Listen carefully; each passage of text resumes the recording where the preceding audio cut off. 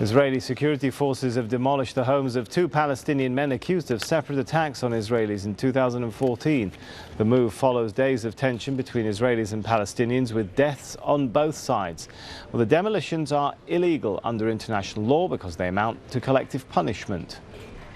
Article 33 of the Fourth Geneva Convention states no persons may be punished for an offence he or she has not personally committed. Collective penalties and likewise all measures of intimidation are prohibited. Reprisals against persons and their property are prohibited too. Well, Yezhar Be'ir is the co-founder of Keshev, the Center for the Protection of Democracy in Israel.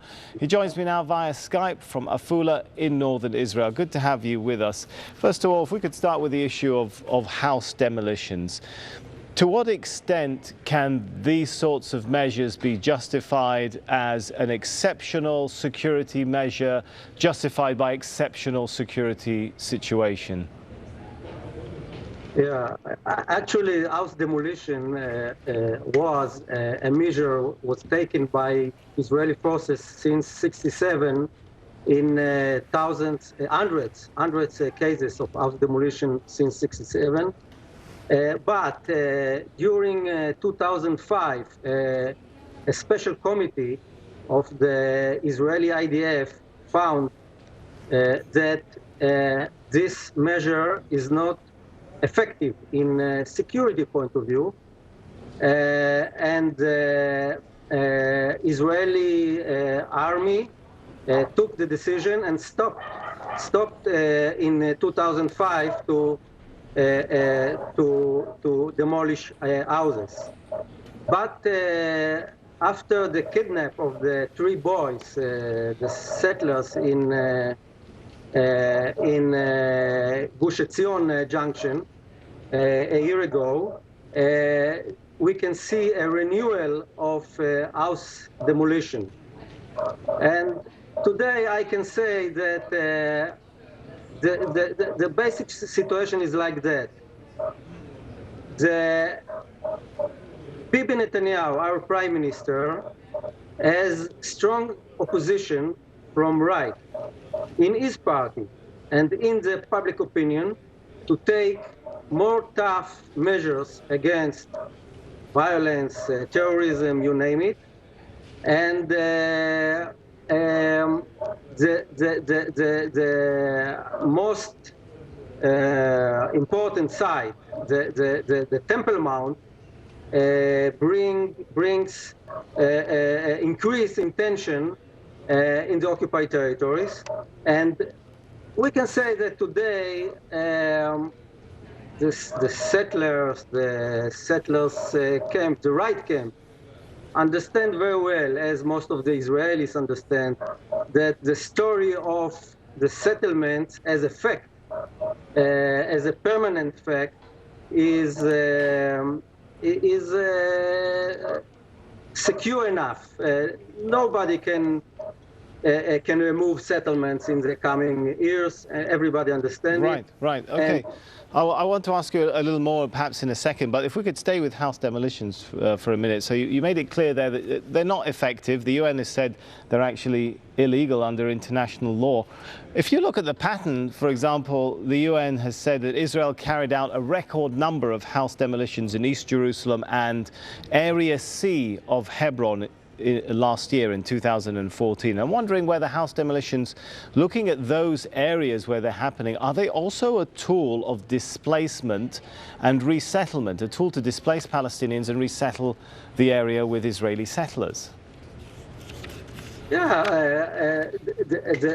the tool of house demolition is part of the, let's say, the settlement campaign, because house demolition, to demolish houses, you can do it if you can say this family established illegal house or built an illegal house without permits, and we are going to demolish it.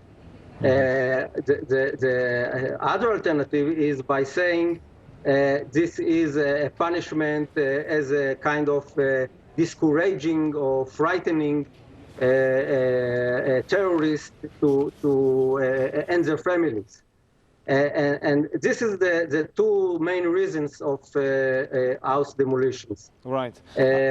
And as I said, since '67, hundreds of houses demolished under these two titles: illegal buildings and as a punishment, as a discouraging act against terrorists. Now, while the latest houses which have been demolished don't relate directly to attacks which have happened these days, they relate to attacks on Israelis from last year. It comes at a time, as you noted, of great tension over the Al-Aqsa Mosque compound. The Israeli Prime Minister has made it clear that he said that Israel has no intention to change the status quo in the Al-Aqsa Mosque compound area. But when you look at what groups like, Israeli groups I should say, like Ir Amim have documented, considerable state support for groups which advocate the construction of a Jewish temple in the places where you have the Al-Aqsa and Dome of the Rock mosques. You've got to wonder, is official Israeli policy, as you read it, in fact changing? Formally not, but there are very strong pressures from the center of the political level.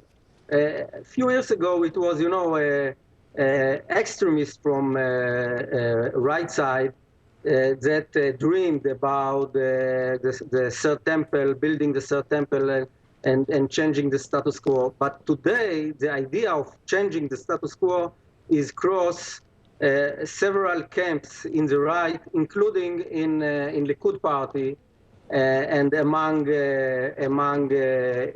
Bibi Netanyahu environment. So, as I said, the settlers today are secure, are enough self-confidence to understand that the story of the settlement project is secure enough, and nobody can remove or change, or this is an irreversible issue. And the main issue now is the Temple Mount as a symbol of who is controlling this land, who is the strong force, who is the dominant, and more and more people in Israel feel that the fact that they can't or they have no equal rights in the Temple Mount is not a just situation, and they push to change it. And you can see a minister in the Israeli government that right. Talking about building the Third Temple or changing the status quo. That's right, the Israeli Minister of Agriculture, as well as others. Thanks so much for your thoughts on that. Unfortunately, we'll have to leave it there. Yizhar Bi'er. Thank you. I'm the leading state sponsor of terrorism.